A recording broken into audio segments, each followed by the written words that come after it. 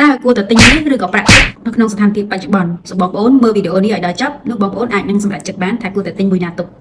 ជាក់ស្ដែងតម្លៃហាងឆេងមាសក៏ដូចជាតម្លៃហាងឆេងប្រាក់ហ្នឹងគឺមានការកើនឡើងព្រមគ្នាតែម្ដងបងប្អូនចាពីមួយថ្ងៃទៅមួយថ្ងៃប្រាក់គឺមានការកើនឡើង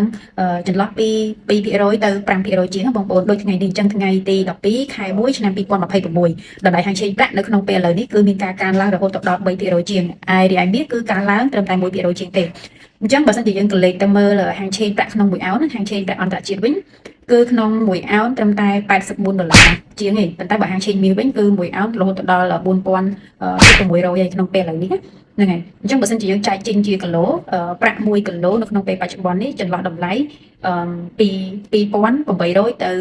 $2900នៅក្នុង1គីឡូហើយសម្រាប់តម្លៃហាងឆេងមាសវិញគឺ1តម្លឹង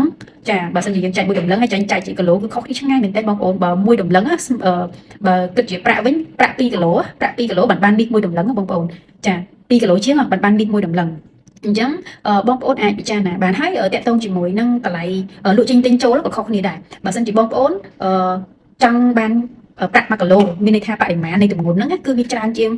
មាសក៏ពិតមែនប៉ុន្តែតម្លៃនៃការលក់ចេញទិញចូលក៏ខុសគ្នាដែរបើប្រាក់វិញលក់ចេញទិញចូលខុសគ្នារហូតដល់1គីឡូហ្នឹង$300ប៉ុន្តែបើមាសបងប្អូនកាន់តែ1តម្លឹងខុសគ្នាលក់ចេញទិញចូលត្រឹមតែ$10ទៅ$20ឬក៏$30អីទេក្នុង1តម្លឹងណាចាហើយមួយទៀតតកតងជាមួយនឹងភាពងាយស្រួលនៅក្នុងការទុកដាក់អញ្ចឹងបងប្អូនអាចថ្លឹងថ្លែងបានព្រោះរបៀងប្រាក់1គីឡូហើយនឹងមាស1តម្លឹងតើបងប្អូនគួរតែទុកមួយណា1គីឡូធ្ងន់ទេបងប្អូនហើយបើបងប្អូនឧទាហរណ៍ថាចង់ដើរទៅសុកគេចង់ទៅតាមអីវាធ្ងន់ណាស់មែនទេតែបើសិនជាមាសវិញត្រឹមតែ1តម្លឹងបងប្អូនចង់ដាក់តាមខ្លួនចង់ទៅណាក៏បានងាយស្រួលតែម្ដងបម្លាស់ទីណាហើយមួយទៀតបើចង់លក់ចេញវិញក៏ងាយស្រួលដែរទៅណាក៏គេទទួលទិញដែរតែបើសិនជាប្រាក់ហ្នឹងអញនិយាយបានថាយើងមានរឿងម្ចាស់តិចហើយអញ្ចឹងជាយោបល់របស់ខ្ញុំបងប្អូនអាចពិចារណាបានហើយជាទូទៅនៅពេលដែលមានសង្គ្រាមមាសគឺជាគេថារូបិយប័ណ្ណមួយដែលអាចដោះដូរបានណាបងប្អូនប៉ុន្តែប្រាក់គឺបើនិយាយទៅគឺគេសឹងថាលេងរាប់រយអីដែលសំខាន់នោះគឺមាសអ្នកមានមាសនៅក្នុងដៃទោះបីជាមានសង្គ្រាមមានអីយ៉ាងណាក៏ដោយក៏